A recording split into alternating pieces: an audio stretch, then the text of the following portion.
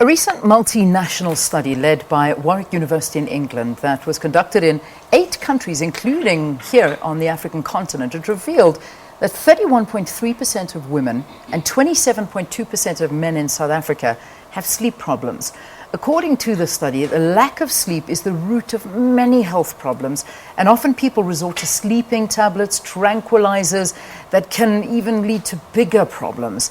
Now, lack of sleep also deprives learners from concentration, the ability to process information, and causes learning defects. Well, joining us in studio now, let's welcome Dr. Dominique Stott, who is the Medical Standards and Services Executive at the Graduate Professional Index. It's good to have you, Doctor. Thank you so much for joining us.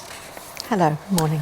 So we talk about sleep deprivation and how much it influences. I mean, I'm looking at those figures that we read out here, 31.3% women, 27% men. I got a feeling it's bigger than that, to be honest. What do you think? You know, those are probably just the reported figures. Yeah. And it relates to people who present with a chronic problem. Yeah. But you have to remember that there are probably a far greater number of people who present with acute problems with sleep, which lasts generally perhaps less than a month, but it still has a huge impact on the way people conduct their lives when they're awake. You know, the diagnosis of insomnia is based on either the inability to get to sleep, to stay asleep, or early morning waking. But it has to have an impact on your working life or your personal life the next day in order for it to be classified as insomnia, because some people do sleep less. Yes. You know, we have the 7 to 9 hour norm, but there are many people who can survive and do very well on less than that. I mean, you get some of the, and I can't unfortunately name off the top of my mind, but there's so many of the world's most successful people. There you have it. There's one. Thank you for naming one for me. That lived on 3-4 hours of sleep, and they were more productive than anybody could possibly be. I suppose it's just a different makeup of people and what you need. It's their quality of sleep. Okay. How much sleep do we really need? In all honesty, I know we hear 8 hours all the time, but what would you say is a good, if you're having a good deep sleep, how much would you need? That is an individual factor. Okay. It depends on the person's personal makeup, the makeup of the hormones in their brain. But if you cannot function on less than 8 hours, then 8 hours is your norm. Right. Margaret Thatcher functioned on 4 hours, so 4 hours was her norm. But there are people who need more sleep than that. So it's individual variation. It's how you cope the next day that determines whether you actually have insomnia or not the number of hours that you sleep for. So what causes insomnia? I mean, what are some of the great... Obviously, you know, we always get told if you've got lots of problems and your mind is full and all of these issues... that could lead to, you know, a disturbance in sleep. But there must be more to it. What gives you insomnia?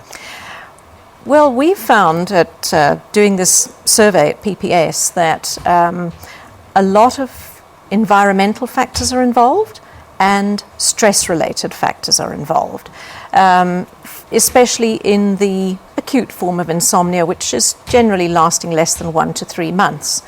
The environmental factors could be noise, light,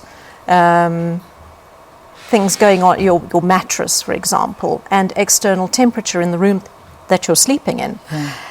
Stress-related factors, however, are very, very common, especially in the group that we studied, being professionals, because they are by their very nature generally type A personalities who want to achieve more, and they take all their problems and thoughts and ideas to bed with them. So they are not sleeping well either, which means the following day, the effects of this poor sleep lead to not only do you feel terrible, but you've got your lack of ability to form good memory. You need to sleep in order to consolidate your memory.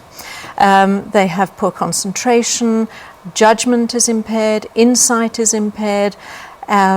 This leads to poor work performance, perhaps anxiety, long term, that can lead to symptoms of a type of depression. Absolutely. And so you end up with a spiral because That's they it. can't cope. It's a vicious circle, it really is. And then, of course, people turn to alternatives like sleeping tablets or tranquilizers to try and assist them. Yes. When do you turn to them? And I mean, if you use them for too long, what are the long-term effects of overusing sleeping tablets?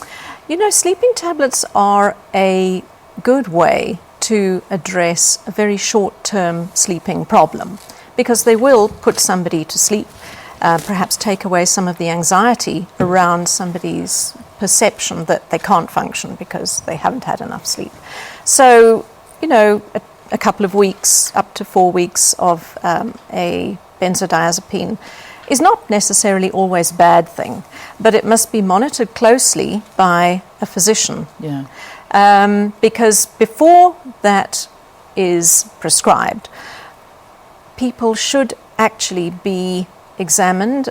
They should have a consultation with their doctor to eliminate other things which might be causing insomnia, like sleep apnea, for example, in obese patients, physical factors, and whether they actually do have a psychiatric disorder to start with. And insomnia is merely the presenting symptom.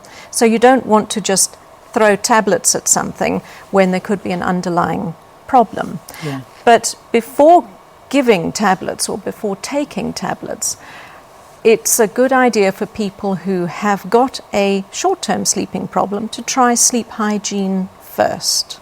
The basics of sleep hygiene, you know, go to bed at the same time every night, make sure that you don't take any stimulants in 6 hours before you go to bed, don't do any exercise 6 hours before you go to bed, and very importantly now, and especially for younger people, is using electronic devices. I was going to get to that, actually. Sitting and lying in bed, and it's become a common thing for all of us. I mean, you sit there and you're reading your, you know, whether it be your Facebook feed, your Twitter feed, your Snapchat, your Instagram, whatever it is.